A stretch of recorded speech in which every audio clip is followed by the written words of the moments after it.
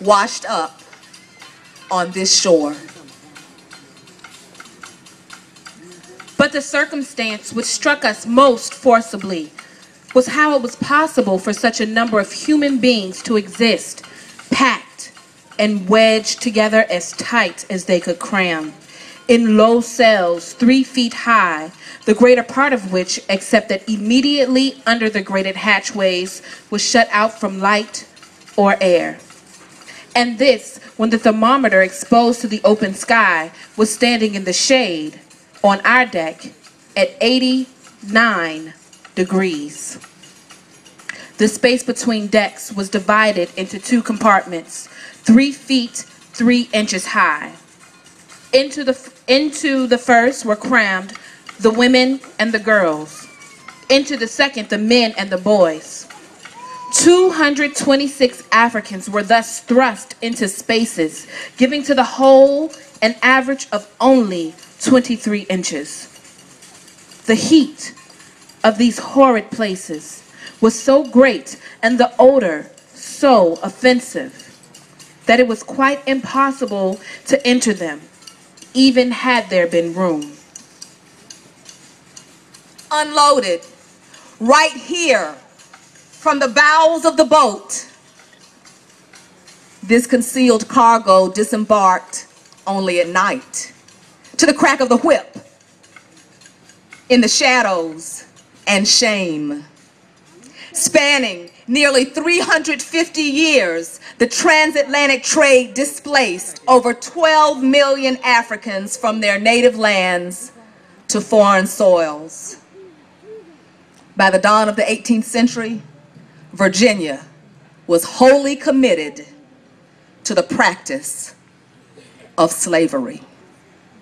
We are the children of those who chose to survive. Say it. We are the children of those who chose to survive. We are the children of those who chose to survive. We are the children of those who chose to survive. We are the children of those who chose to survive. We are the children of those who chose to survive. We are the children of those who chose to survive. We are the children of those who chose to survive. We are the children of those who chose to survive. We are the children of those who chose to survive. We are the children of those who chose to survive. We are the children of those who chose to survive.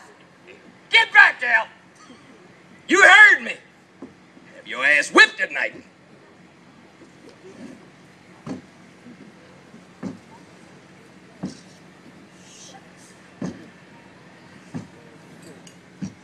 The statute we declared in 1667 says that, whereas some doubts have arisen whether children that are slaves by birth and by the piety and charity of their owners, made partakers of the blessed sacrament of baptism, should by virtue of that baptism be made free.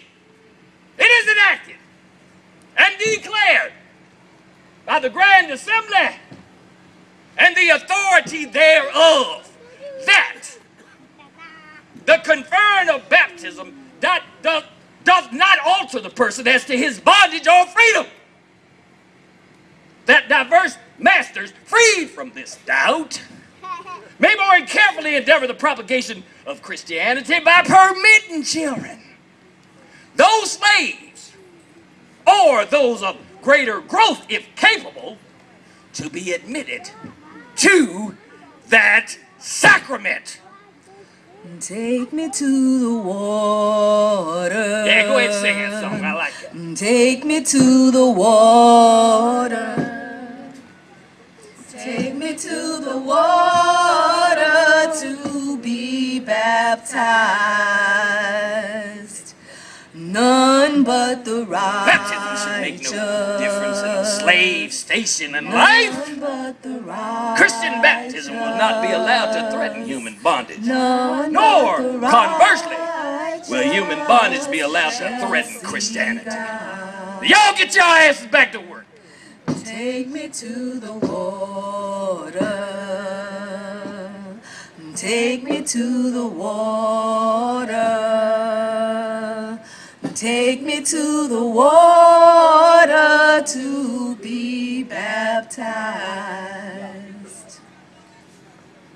The one way to challenge a person's humanity is to restrict his movement, contain him, and force him into the unnatural rhythm of bondage.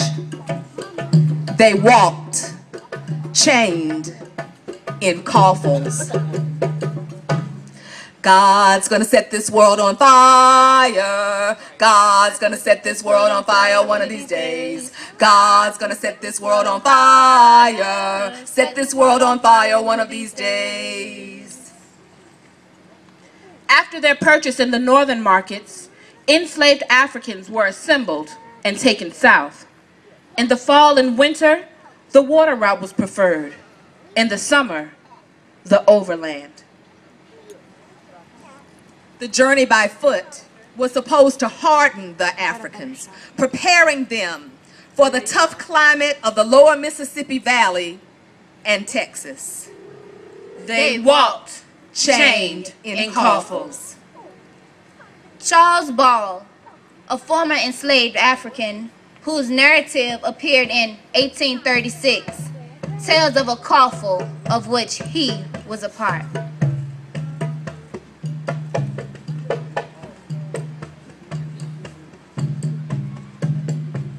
My new master, whose name I did not hear, took me across the Pawtuxet, where I joined 51 other slaves whom he had bought in Maryland.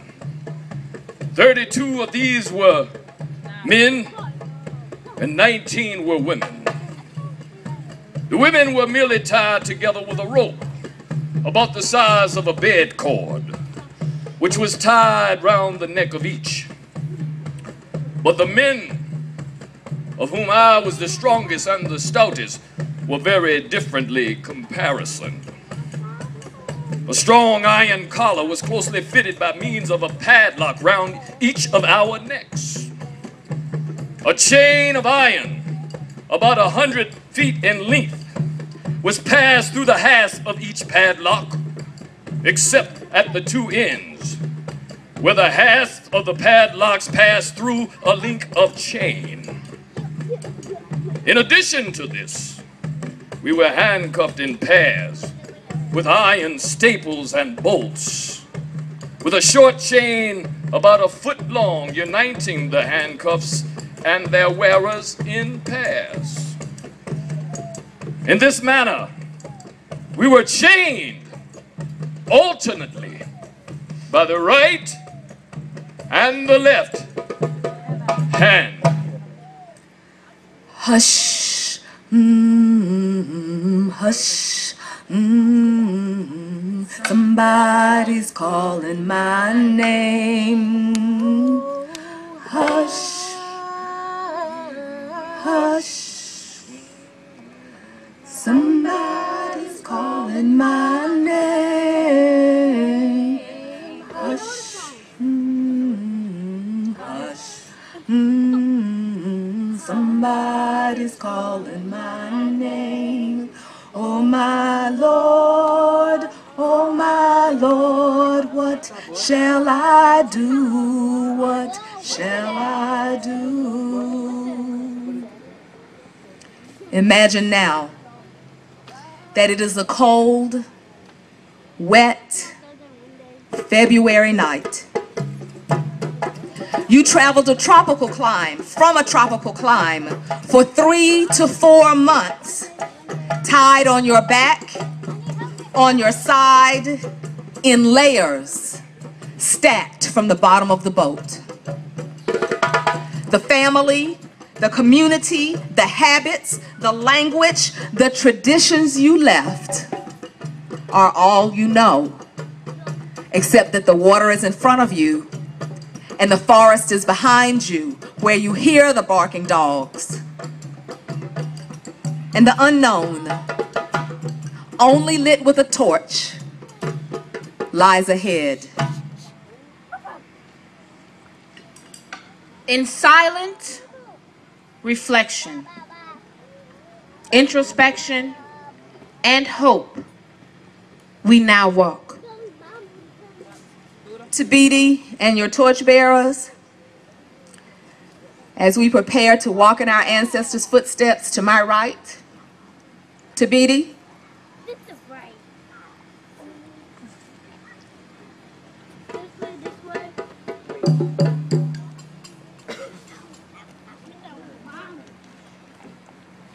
Tabidi Akani,